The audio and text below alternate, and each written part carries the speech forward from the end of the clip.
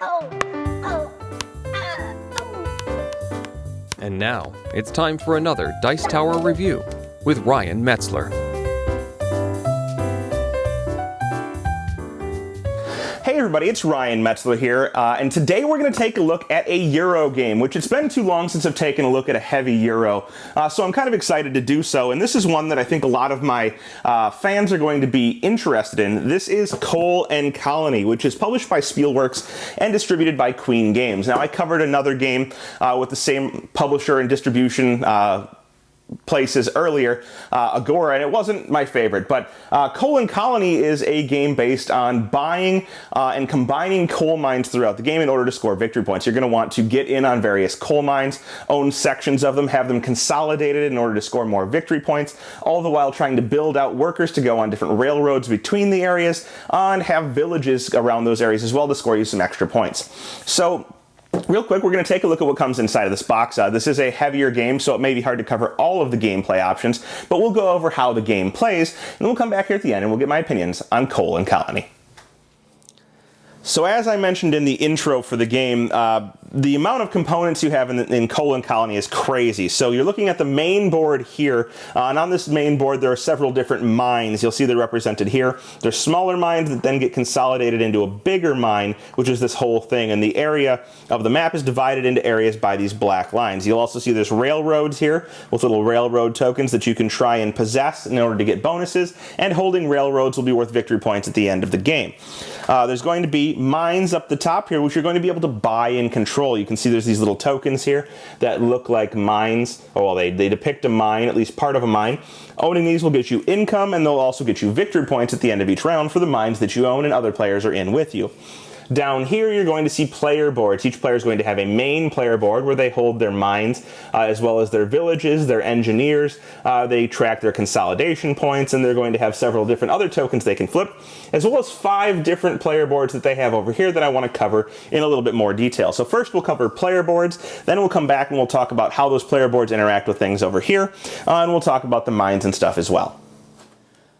So here we are focused a little bit more on one player's play area. As I said, they have their main board here with positions for 6 mines. As they buy mines throughout the game, they'll be placing them in these rows and columns. Your first one will always go here, and then you have a choice of either building this direction or down and then over when you build new mines.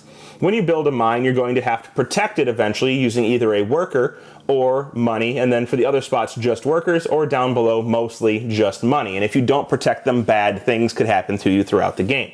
So you'll be buying mines and building them. Just a quick overview of what a mine looks like. This is the cost to buy it, 1 coin. This is the income it will provide you each round, 1 coin. And when you buy it, you not only get to take 1 worker, but you'll get to take a second worker, and this will be important later in the game. Some of these, instead of giving you workers, will give you nothing. This one here gives you nothing, but it gives you 2 income each round, or some of them will give you little minecart symbols that you can have on your board. You'll see there's these minecarts here, and those can provide you victory points and income throughout the game as well. So you have positions for those. You'll also see you have positions for each of these little villages. You can build villages throughout the game in order to be able to place more of your guys out on the board in the form of workers, which are these little cubes, and in order to score victory points. In addition, if you build 3 of them, you'll get a bonus action marker, which you can use throughout the game in order to take an extra action, or score 4 victory points at the end of the game if you don't use it. And if you build your 4th and 5th ones, you'll get extra victory points. You're also going to have engineers here, which you can build out in order to get some type of income or bonus throughout the game. That's these slightly larger cubes, and if you build your 3rd one, you're going to get another bonus action marker.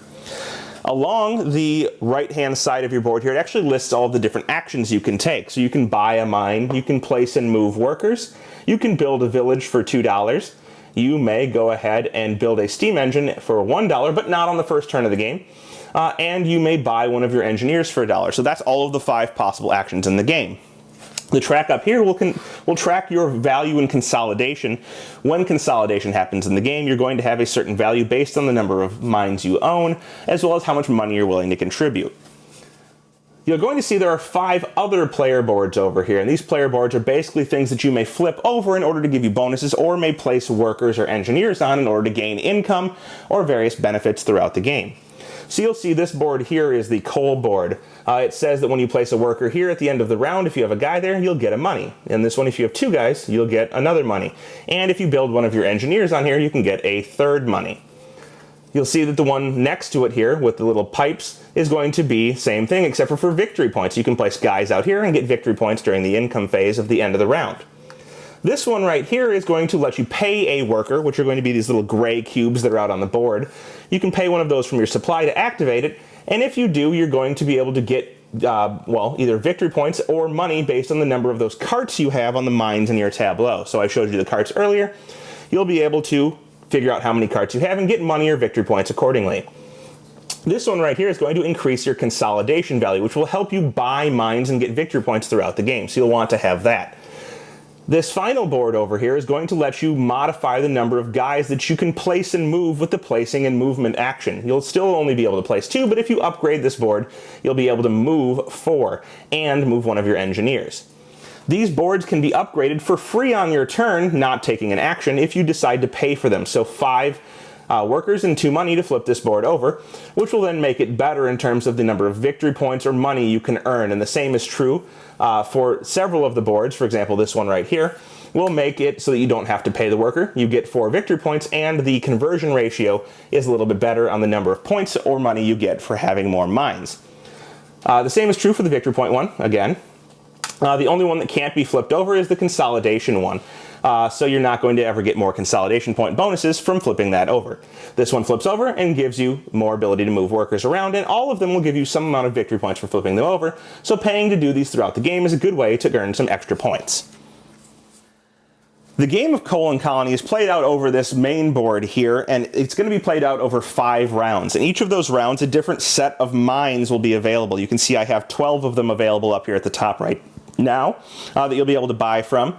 And then in round 2, more will come out. In round 3, 4, and 5, more and more mines will come out and be available for purchase. This modifies a little bit with fewer players. You'll remove some of the mines and you won't play on the whole board, but it's pretty much the same for all the players. Each round is broken into several phases indicated by this little stack here, and you're going to go through each of the phases in each round. The first phase is going to be that you're going to be able to choose an ability for that turn. Now you'll see that there are 1, 2, 3, 4, 5, 6, 7 abilities, one of which is not available on the first turn, which is building an engine. You're never allowed to build an engine on the first turn, so the bonus build an engine action is not available. Each player in turn order will choose one of these different abilities, and essentially this is going to be an extra action or a modification to an action throughout your turn. So this one will protect 2 of your mines when you decide whether or not you want to protect them, and I showed you'll have to pay money or workers in order to protect them later in the round. The next one will either give you $1 or 2 consolidation points. The consolidation points are only worth anything in rounds 3 through 5, so in rounds 1 or 2 this is just $1. This one will provide you with an extra mine cart, and you won't have to pay the worker in order to score the player board that I showed you earlier that lets you get points based on the number of mine carts you have at the end of the round. This one here will let you buy an engineer for $1 as a free action or an additional action, and if the price ever goes up, which can happen when some of these player boards flip over, the actions will become more expensive. Like sometimes building a village will cost 3 instead of 2, or building an engineer will cost 2 instead of 1. This will keep that price at 1 always. This is an extra place 2 and move 2 action, and this is the ability, an extra action, to build a village and place 0 to 2 of your workers. So in turn order, you'll choose these abilities, placing down here, and this will dictate the new turn order for the turn. After that, you're going to be able to take an action in the new turn order. And those actions, as I said, are buying a mine, placing and moving 2 workers, building a village, buying a steam engine, but not in turn 1, and buying an engineer to place out on one of your boards in order to hopefully get some benefit from him. Each player in turn order will do these. When you buy a mine, you're going to be paying the number in the red, as I said earlier, and later you'll get the income received in the green here. In addition, you're going to find that mine on the board. So this one is a round 1 mine, and it's number 1. So I'm going to go after and find it. Round 1, number 1, right here, is in this area right here. And I could buy this mine if I wanted, paying $1 to the supply, and placing this mine on my board. When I do so, I must take a worker from an adjacent area. So I'm going to have to take a worker from one of these adjacent villages out here. And I'm going to put that in my supply. And I'm also going to mark that I own this mine with one of my markers. In addition, that mine says that I take a second worker. That's what this little icon means right here. I take a second worker, so I'm going to pull another one off of the board, and that goes into my supply, and I can use those to spend them to upgrade some of my boards later in order to hopefully score more points. In addition to taking that second worker from the board, I can place one of my own guys out, either on one of my boards over here or onto my main tableau in order to protect my mine. So perhaps I place this guy out, and this mine will now be protected when we come to the mine disaster phase. The other types of actions are you can place and move 2 workers. That, for example, would be this action here, and I can place 2 of my workers out onto the board. If I had a village to place them in, I would be able to place them, but I don't. But I could also just place them directly onto my boards if I would like, and increase my income, for example, getting an extra $1, or an extra victory point, or both for that matter. The next action, building a village, will require that you have one of these areas that has had both or all of the workers, the gray workers, removed from it. When you do this, you're going to pay to the supply $2 from your own board, and you're going to take one of your villages and place it out here. This will allow you to place workers in that area later, which can then be moved around the board or onto your own individual player boards to gain income, or, for example, to move them out onto these train routes. If you take a movement action later, you can move them onto the train routes and you'll get some type of bonus marker from moving onto these train spots if the marker's still there. And you'll see that this one is an extra consolidation point, or if I had moved onto one of the other ones over here, it would just be a straight $1, and some of them are victory points or various other benefits. So you'll want to build villages to move things around the board in order to hopefully pick up some of these tokens or move them onto your player boards for some reason. Later in the game, you'll be able to buy these steam engines. That's these over here. You'll be able to pay $1 to buy one of these, and when you do so, you're going to place it onto one of your mines that you own. This is essentially an additional income for you during the income phase, and will provide you with victory points based on the number of them that you have at the end of the game. The final action you can take is that you may buy an engineer, and the engineers are these slightly larger cubes that I showed you earlier. When you buy one of these, you're going to place it out onto one of your player boards, and it will give you some type of benefit, usually slightly better than having the workers out there. This one would give you 2 victory points instead of 1, or it could give you 2 money instead of 1, or just an extra money. Whatever the case may be, you use them for that purpose. After everyone has completed their first action, you go on to a second action in the same manner, and anybody can take the same action twice. You can do whatever you would like with that second action through the options that I already told you.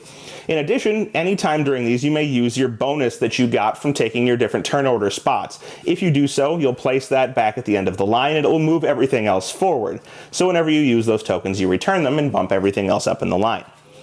After we've done that, players will have the opportunity to use their extra action markers, and you can use these or get these in various ways, be it flipping over your boards or building 3 of your villages or using all 3 of your engineers. You can acquire these tokens, which are worth 4 points, or an extra action if you think you can earn more than 4 points from those, but only once per round. Once we've gone through all of the action phases, we go on to the disaster phase, and you'll see we have a track over here. We're going to flip over the first one of these, and it's going to have some type of ability printed on it. For example, this says that the guy is going to buy the most expensive mine at the end of each round, in addition to the cheapest mine that he usually buys.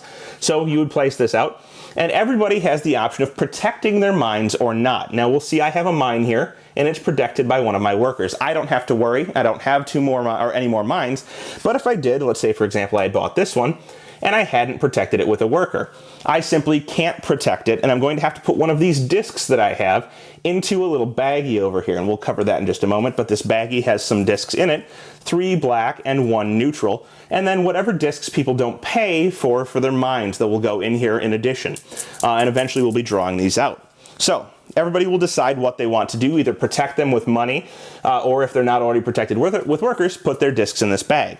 Once we're done with that, we're going to draw 3 discs out of this bag, and we'll see what happens. So we draw one and it's black, we draw a second one and it's black, and we draw a third one and it's white. Well, green got lucky in this case, but we're going to remove $2 from this consolidation track, and the white disc means nothing happens. In addition, since no player discs were drawn, this event doesn't happen and is out of the game. But if it had drawn the green player's disc, the green player would have put a worker out here, lost 2 victory points, and this event would happen, meaning that the guy who buys mines at the end of the round would buy extra mines, usually the most expensive one in this case, but sometimes more of the cheaper ones. Anyhow, green's disc was not drawn, so he doesn't have to place there, and this event doesn't happen because no player discs were drawn, and it'll be gone in this case. We can simply just place it to the side here. After that happens, the guy, the consolidator or the consolidation company, is going to buy the cheapest mine or the lowest mine. In this case, we have 3 out here, but more players would have bought more mines, and he'd buy whichever one was the lowest number, taking it for himself. So we'll just say that it's the 3, and he would indicate that he owns this by putting out one of these steam engines onto the number 3 mine, which is in this orange area over here.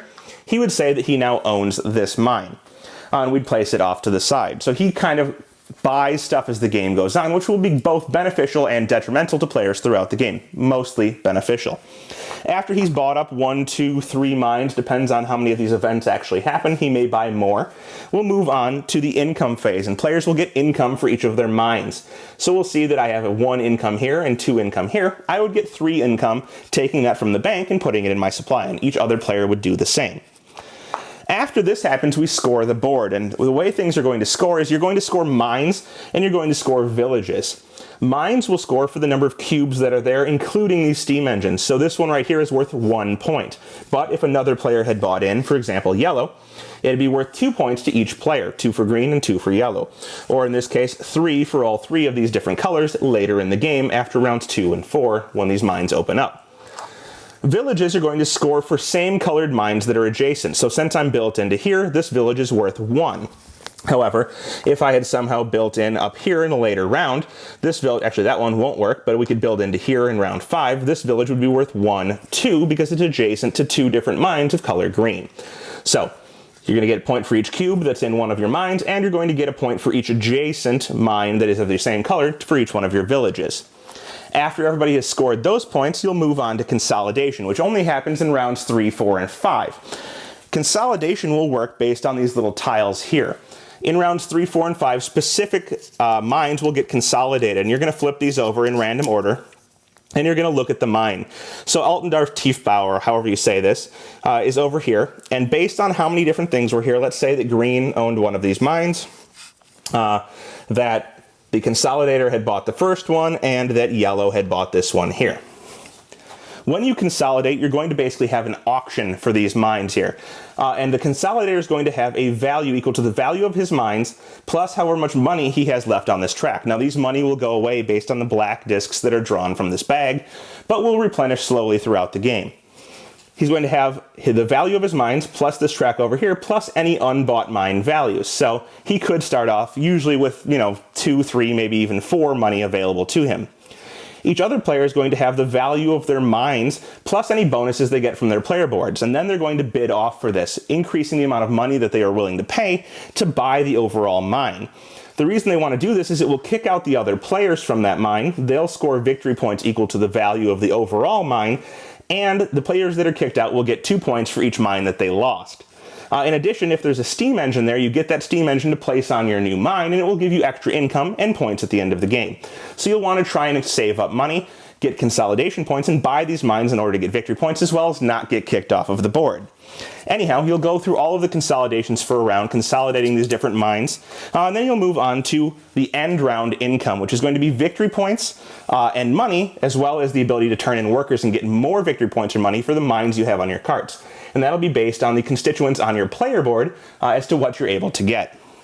Once you've accomplished just those few steps, you're going to be done with that and you'll move on to the next round. Again, of course, kind of reseeding the board, bringing out the new mines that will be available in round 2, kind of continuing on and hopefully getting points. But it's as simple as just, building out mines, buying mines, building mines, getting guys on the board, building villages, moving them around, upgrading your player boards, flipping them over, hopefully taking better actions, and of course getting extra actions which you may or may not use. You'll be able to score points, and whoever best manages to do this over 5 rounds divided into however many phases, 10 phases, will be the winner of Kohle and Kolonie.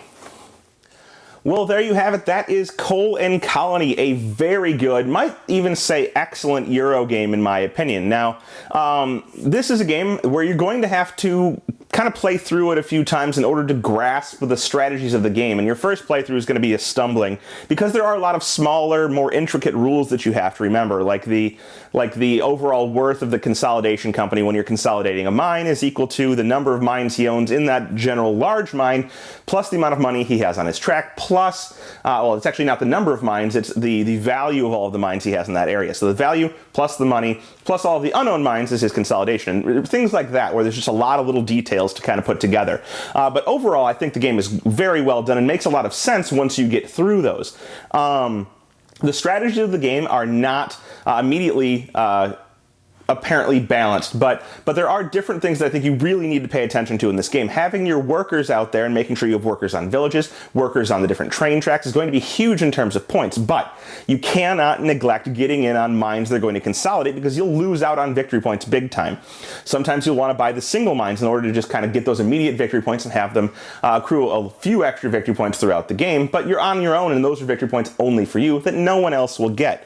You want to make sure to flip the boards over that you're going to have. I showed you those boards. Several of those are going to give you a lot of extra victory points, and they're going to make things more expensive for everyone, but maybe you'll already have an advantage in that area. There is one that I think is maybe a little bit more advantageous than the others, and that's flipping over the board that gives you points for having mines on your, or for having, I should say, mine carts on your mines that you have in your own tableau. And I think not flipping that one over is a huge mistake. So I'm worried a little bit about the balance of that particular card, but I think that if people pay attention to it, they buy up mines that have carts and prevent other players from getting them, or they flip their board over on their own, they're going to have access to as many victory points and as great a chance of winning. So overall, I'd say from my several plays so far that I think the strategies are pretty well balanced in this game. I think that the mechanisms are very well put together, and I think there perhaps is one strategy that's a little bit stronger than the others, but that it can be balanced by the play of the players. And so I would definitely suggest checking this one out if you're a fan of medium to heavyweight Euros, games that are going to require that you kind of interact with other players, buy into different areas where they may be building in order to kind of mitigate the amount of points they're scoring and score some of them for yourself. So check it out. This is Kolonie, published by Spiel Worx and distributed by Queen Games. A great Euro, one that I'm very excited to have in my collection, and I hope a lot of my fans will check out.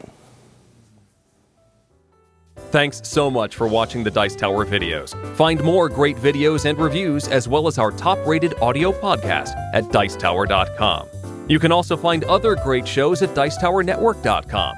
I'm Eric Summerer, and you've been watching The Dice Tower. The Dice Tower is sponsored by Cool Stuff Inc., where you can find great games for great prices. Cool stuff in stock. Check them out at CoolStuffInc.com.